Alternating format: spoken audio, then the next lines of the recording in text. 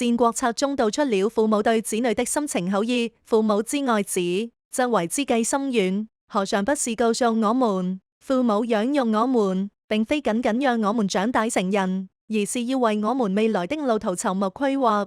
而當父母離世，對家庭來說，無疑是個重大的轉捩點。從那一刻起，我們兄弟姊妹便要承擔起家庭的重任，成為家庭的頂梁柱，也意味住我們身份的變化，成為了家裡的長輩。在現實生活中，為了家庭的和諧與興旺，建議我們遵循一拜、二稱、三不動的原則。一拜指的是尊敬長輩，遵守家規，正如孔子世家所記載，孔子向老子請教禮儀，陪同老子送葬，途中遇到一食，依照習俗，夜間不宜送葬，老子便讓大家停下來，等日食結束再繼續。經過這樣的學習，孔子也成為了禮儀的專家。然而，孔子每次主持葬禮，都會因為忙碌和悲傷而無法吃飽。弟子勸他要注意身體，但孔子說：出則是公卿，入則是父卿，喪事不敢不免，不為酒困，何有於我哉？這顯示了孔子對家規的尊重與遵守。二稱和三不動則是涉及家庭財產和責任分配的原則，旨在保持家庭和諧，避免糾紛，從而使大家庭能夠興旺發達。處理落葬的事宜，安可草率，只要安排得當，不敷衍了事，那麼我在飲食上的少許節制也就不足為患。如今我們也會邀請他人幫忙主持喪禮，讓眾多長輩參與其中，料理後續事務。參與幫忙的親朋好友、村民們數量相當可觀，歷來有鄰里為之彌足的傳統。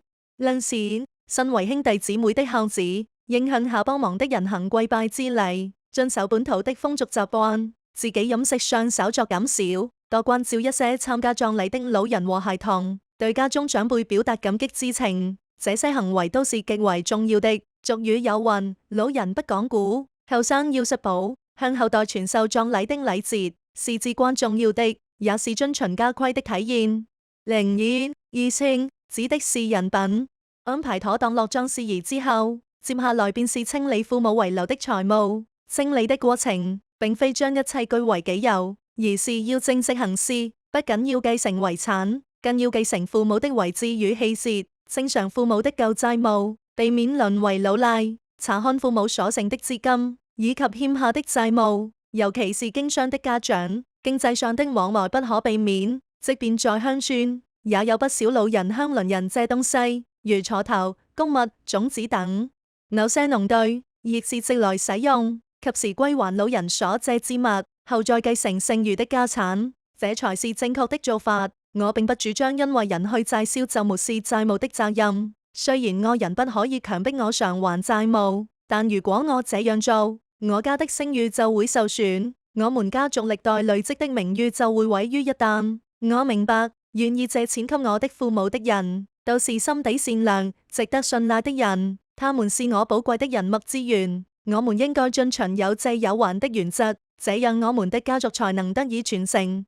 我想要清除家族的舊賬，以避免矛盾的累積。正如電視劇《春風十里不如你》中所說，不該太清醒。過去的事情就讓它過去，不必反覆咀嚼。一生不長，重要的事會也沒那麼多。天亮了，又盞了。我與兄弟姊妹相處多年，難免會有些新仇舊恨，但我們要明白，大多數的矛盾都是源自於父母。如今父母已經不在了，那些矛盾也應該隨住他們一起埋葬。從今往後，我們不該再翻舊賬，我們應該放下過去的恩怨。因為兄弟姊妹是我們最親近的人，我知道保持家庭的傳統和持家的原則是必要的。家庭的財富是幾代人的積累，是祖祖輩輩留下來的寶物，我們不能隨意改變這些，以免導致家財分散，最終消亡。我不會輕易變動祖屋，因為它是我們的家族根基和鄉愁的象徵。身為農村人，我們不應該輕易變賣、推倒或丟棄祖屋。以後在清明節，我們會回來掃墓，總需要有個地方可以落腳，祖屋就是我們最好的落腳之地。假使兄弟姊妹中有人留在鄉下，那麼把祖屋託付給他是最妥善的選擇。儘管這意味住那些外出打拼的兄弟姊妹可能會覺得食了虧，但將來有一天他們回來時，還能享受家人的溫暖和關懷。誰知道呢？我也許會在晚年回到故鄉，在老屋裏住上好幾日，體驗真正的養老生活。對於那些父母指定用途的錢，我們應該遵循他們的遺願。在某些家庭中，當父母過世時，可能還有未成年的兄弟姊妹需要接受教育和尋找工作，這就需要有能力的兄弟姊妹來負責照應。父母會為未成年的孩子留下一筆錢，以備他們需要用錢的時候亮時。我們不應該提前動用這筆錢。當然，有時父母可能會考慮某個生活特別困難的孫輩，決定將錢留給他們。我們都應該尊重父母的遺願，這是身為兒女的孝道。在處理家庭事務時，我們不應該讓怒氣佔上風，有事就應該坐下來好好商量，沒有什麼是解決不了的。如果商量無果，那麼身為長兄或長者就應該承擔起責任。大家都需要互相理解和包容，因為憤怒是不能解決任何問題的，它只會導致家庭內部的消耗，而這絕對不是父母希望看到的結果。經濟學家薛兆豐曾表示，在所有的家庭關係中，兄弟姊妹是彼此陪伴和扶持時間最長的，這是父母給予孩子的一份獨特禮物，一份珍貴的贈與。當父母離世後，大家庭如何維持運作，就全靠兄弟姊妹之間的相互支持了。我們絕對不能讓外人來看笑話，也不能讓子孫後代蒙受羞辱。當兄弟姊妹到了7、老、80的年紀，還能偶爾聚在一起，回顧父母的心恩，這樣的時刻無疑是最能觸動內心的。事情看開了，規矩自然就變成了方圓，家庭和睦，一切才能興旺。說到這，就不得不提提現在的年輕人了。上世紀7、80年代，我們去走親訪友，很頻繁，在親戚家住幾天也是常事。過年過節，親戚們聚攏在一起，吃飯喝酒，還給小紅包。但這些年，親情觀念就淡漠多了，甚至多年都不會互相走動。談起親戚，我們就會想到曾廣賢文中說的：富在深山有遠親，窮在鬧市無人問。其實親戚斷交也好，真情淡漠也罷，不是勢利眼這麼簡單。背後還有更深層的人際關係變化，搞懂了也就活得通透了。真相一，個人的實力更強了，辦事不需要親戚都來幫忙。在明朝初年，朱元璋看到天下百廢待興，很是着急。在少年時，家裏的幾個親人過世，連落葬的地都沒有，還好同鄉的婦人出手搭救，給了一塊地和一些碎銀。如何讓大家都能夠撐過難關？朱元璋頒布了教民榜文，且如某家子弟婚姻，某家貧困，一時難辦，一里人戶，每戶劃出抽1貫，每里8戶，便是8貫，每戶5貫，便是500貫，如此資助，豈不成壽？不管是分配，還是父母過世，老人重病，都要花很大一筆錢，日是父老鄉親都幫一把，夾一點錢，那就容易多了。當一個人受到許多親戚老鄉的幫助之後，會很感激，在親戚老鄉辦大事的時候，同樣會去幫一把。眾人拾柴火焰高，萬人划槳開大船，這樣的習俗在窮苦年代確實很重要。就是種地，也在農忙的時候，大家互相幫忙，割稻子、插秧，都不會過錯農時，保證了收成。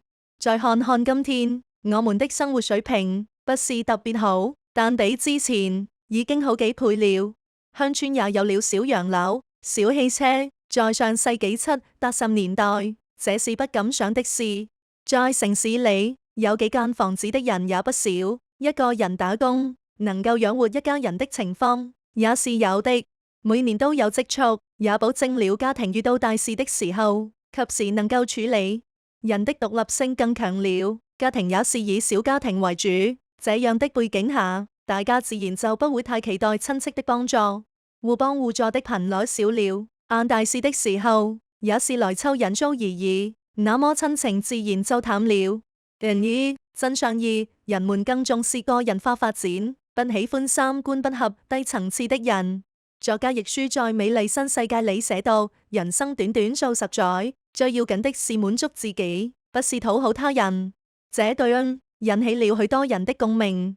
我們就活幾十年，多就100年吧。為什麼要花大量的時間委屈自己，討好別人？每天看別人的臉色，真的怪難受的。若是經濟條件很有限，不得不求人，那也就只能看臉色了。現在我能自己左右命運，追求理想，也處理好家庭事務，卻還去到處看人臉色，就覺得不必要了。你也做自己，他也做自己，那麼誰還會老想住聚會呢？但凡聚會就得聊天，就期待產生共鳴，但事與願違，親戚的素質認知參差不齊。你說什麼要做什麼，親戚不懂，反而認為你錯了，不聽話。尤其是一些長輩對你的人生指手畫腳，讓你很討厭。過年的時候，我的侄女從省城學校回來，一位農村的親戚問去了大城市學什麼呢？侄女說我正在學新能源汽車。親戚說麼，不就是學開車嘛，去那麼遠幹嘛？鎮上的新密士也教大家開車，都有好幾個徒弟。侄女在一旁哭笑不得。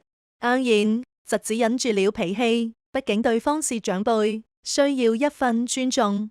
我們安很多的親戚平時不聯繫，在群組裏也不說什麼，有什麼前程，也不會互相鼓勵，擺出貴人多忙事的樣子。一旦過節了，就上演一場家和萬事興。表面上的和氣，其實是很多人的隱忍帶來的。到了某一天，我們都不願意忍受了，那就只能減少聚會，眼不見為淨。你去你的高層，我在我的底層，都是過日子，只要心態好，都過得不差。不要誰瞧不起誰，也不要強求融入一個圈子。03真相3看透了禮尚往來的虛假意，舉得客套都顯得多餘。很多人抱怨自己隨禮的數量不少，成為了負擔。想一想，隨禮是吃虧，但不會食大虧。東家辦手，西家給了一份大禮；西家辦手，東家也給一份大禮。禮物比較起來，差不多是同價。從金錢上來說，你給我幾百的紅包，我回敬你的也是幾百紅包；你給我幾十塊，我也回敬你幾十塊。似乎一個紅包繞了一個圈，又回到自己手中了。吉出去，收回來，再給出去，再收回來，好像就意義不大了。菜根譚中有一句話：父慈子厚，兄友弟恭，縱做到極處，據是恰當如此，注不到一絲感激的念頭。如斯這任得，受者為恩，便是路人，變成史道矣。那就是說，親戚隨禮應該是量力而行。富人幫助窮人，不圖回報，道理很好，但很難做到。若富有的親戚給你一份大禮，你回敬的是一份小禮物，那麼富有的親戚會認為你貪婪、可恥或憤憤不平。既然送禮也彼此計較，那不如一開始就不送。論事，很多喜事上，有些親戚不會露面，連隨禮都不會。04偶然對於親戚越來越冷淡，甚至斷交的情況，我們不要怨恨，不要因為生氣把自己氣壞了，不值得。保持一顆平常心，對你好的人，你也對他好；對你不好的人，你也就一笑而過，別計較。當親戚確實有困難的情況下，你就幫一下。至於回報，有沒有都隨意。隨住血脈而來的親戚，過了好幾代，血脈就淡了，關係也自然會淡。做人但求無愧於心，不求親朋滿座。